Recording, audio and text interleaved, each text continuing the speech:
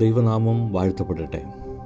ഇന്ന് മാർച്ച് മാസം 17-ാം തീയതി തിങ്കളാഴ്ച, നോമ്പിൽ 11-ാം ദിനം. എന്നെ കേൾക്കുന്ന നിങ്ങൾക്കേവർക്കും ക്രിസ്തുയേശുവിന്റെ നാമത്തിൽ സ്നേഹവന്ദനം.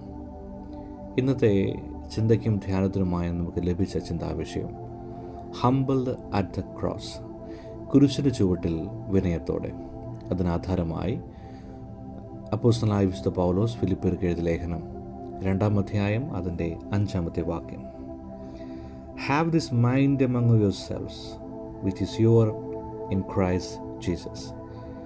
ക്രിസ്തുയേശുവിലുള്ള ഭാവം തന്നെ നിങ്ങളിലും ഉണ്ടായിരിക്കട്ടെ. അപ്പോസ്തലനായ പൗലോസ് ഒരു മനുഷ്യൻ്റെ അല്ലെങ്കിൽ ഒരു ക്രൈസ്തവൻ്റെ ജീവിതശൈലി എപ്രകാരമായിരിക്കണമെന്ന് വളരെ മനോഹരമായി വിവരിക്കുന്ന ഒരു ഭാഗമാണ് ഈ വേദഭാഗം. പൗലോസ് ഈ വാക്കുകൊണ്ട് അർത്ഥമാക്കുന്നത് എന്തായിരിക്കും? ഇതിൻ്റെ യഥാർത്ഥ സാരം മനസ്സിലാകണമെന്നുണ്ടെങ്കിൽ ഫിലിപ്പിയർക്ക് ലേഖനം 2-ാം അധ്യായം 5 മുതൽ 8 വരെയുള്ള വാക്യങ്ങൾ നമ്മൾ വായിക്കേണ്ടതുണ്ട്.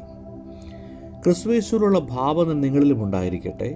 അവൻ ദൈവരൂപത്തിലിരിക്കെ ദൈവത്തോട് സമത്വം മുറുകെ പിടിച്ചുകൊള്ളണം എന്ന് വിചാരിക്കാതെ ദാസരൂപമെടുത്ത് മനുഷ്യ സാദൃശ്യത്തിലായി തന്നെത്താൻ ഒഴിച്ച് വേഷത്തിൽ മനുഷ്യനായി വിളങ്ങി തന്നെത്താൻ താഴ്ത്തി മരണത്തോളം, ക്രൂശിലെ മരണത്തോളം തന്നെ അനുസരണമുള്ളവനായി തീർന്നു.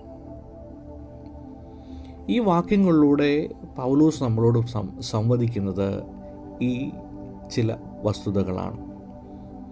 ഒന്ന്, വിനയം. വിനയമെന്ന വാക്ക് നമ്മൾ ആഴമായി ധ്യാനിക്കേണ്ട ഒന്നാണ്.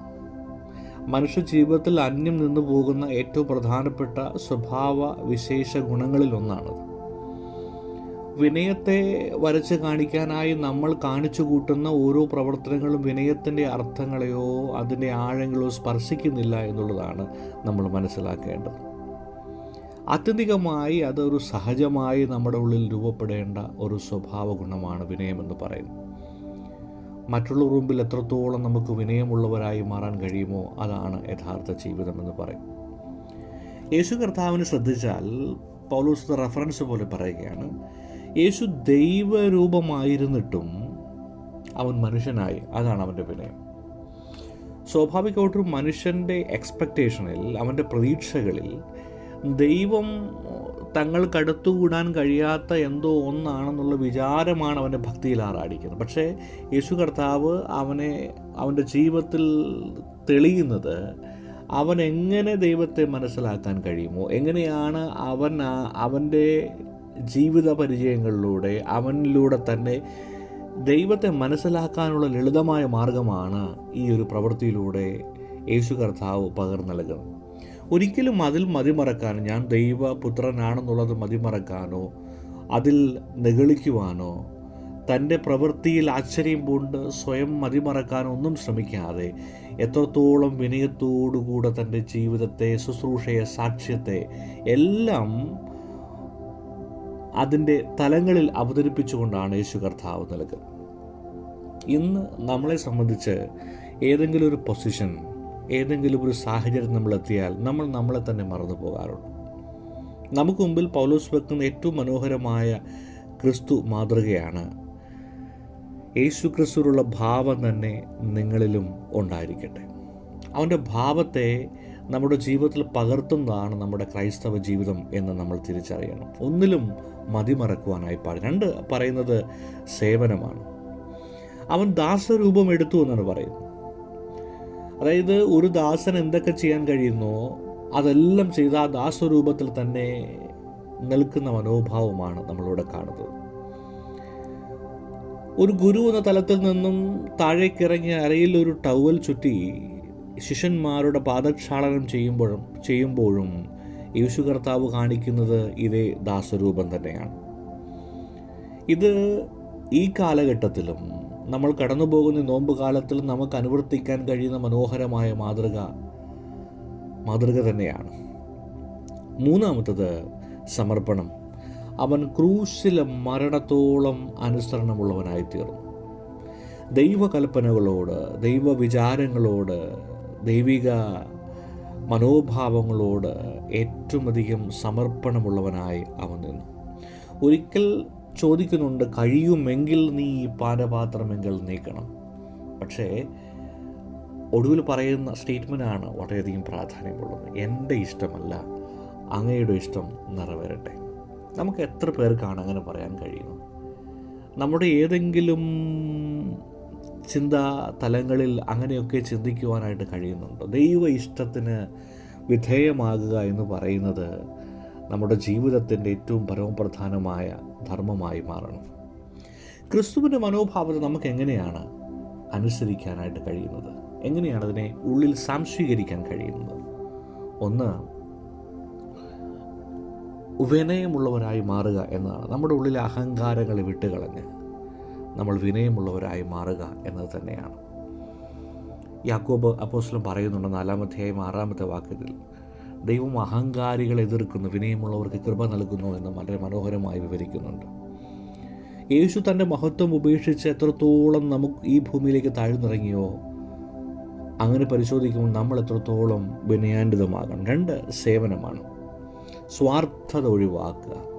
ഓരോ സേവനങ്ങളിലും താൻ അറിയപ്പെടണമെന്നുള്ള ചിന്തയ്ക്കപ്പുറമായി വളരെ സിൻസിയറായി ഹൃദയം കൊണ്ട് അതിനെ സമർപ്പിക്കുവാൻ കഴിയുന്നതാണ് ഏറ്റവും പ്രധാനപ്പെട്ട കാര്യം. 3, അനുസരണം. ദൈവഹിതമാണ് നമ്മളവിടെ നിറവേറ്റേണ്ടത്. യോഹന്നാൻ 15-ാം അധ്യായം 10-ാമത്തെ വാക്യം പറയുന്നുണ്ട്, നിങ്ങളെൻ്റെ കൽപ്പനകൾ അനുസരിച്ചാൽ എൻ്റെ സ്നേഹത്തിലാണ് നിലനിൽക്കുന്നത്. യേശു കർത്താവ് അനുസരിച്ചപ്പോൾ ദൈവത്തിൻ്റെ സ്നേഹമാണ് നമുക്ക് അനുഭവിക്കാൻ കഴിഞ്ഞത്. അതുകൊണ്ട് നമ്മളുടെ അനുസരണം എത്രത്തോളം ആഴമുള്ളതാണ് എന്ന് നാം തിരിച്ചറിയേണ്ടത് വളരെ ആവശ്യമാണ്. ക്രിസ്തുവിൻ്റെ മനോഭാവത്തെ നമ്മുടെ ജീവിതത്തിൽ പകർത്തുമ്പോൾ എങ്ങനെയാണ് അത് നമ്മൾ മനസ്സിലാക്കേണ്ടത്? നമ്മുടെ വിനയം എവിടെയാണ് നമ്മൾ അത് പങ്കുവയ്ക്കേണ്ടത്? ഒന്ന്, നമ്മുടെ കുടുംബത്തിൽ, നമ്മുടെ സഭയിൽ, നമ്മുടെ ജീവിത പരിസര ഇടങ്ങളിലൊക്കെ നമ്മൾ പ്രവർത്തിക്കേണ്ട അല്ലെങ്കിൽ പങ്കുവയ്ക്കേണ്ട, കാണിച്ചു കൊടുക്കേണ്ട ഒന്നാണ് വിനയമെന്ന് പറയുന്നത്. 2-ാമത്തേത് സേവനമാണ്. അത് സമ്പത്ത് നേടാനുള്ള മനോഭാവമല്ല, മറ്റുള്ളവർക്കും ദൈവത്തിന് ഒരേപോലെ സേവനം ചെയ്യുന്നവരായി മാറണം. 3, അനുസരണമാണ്. ദൈവവചനത്തെ കേട്ട് അനുസരിച്ച് ജീവിക്കാനായിട്ട് കഴിയണം. ഫിലിപ്പിയർ 2:15 പറയുന്നുണ്ട്, നിങ്ങൾ വെളിച്ചത്തിൻ്റെ മക്കളായി നിലനിൽക്കണം എന്ന് പറയുക. നിങ്ങൾ ലോകത്തിൽ ജ്യോതിസുകളെ പോലെയാണ് നിങ്ങൾ പ്രകാശിക്കേണ്ടത് എന്ന് വളരെ മനോഹരമായി അവിടെ പറയുക.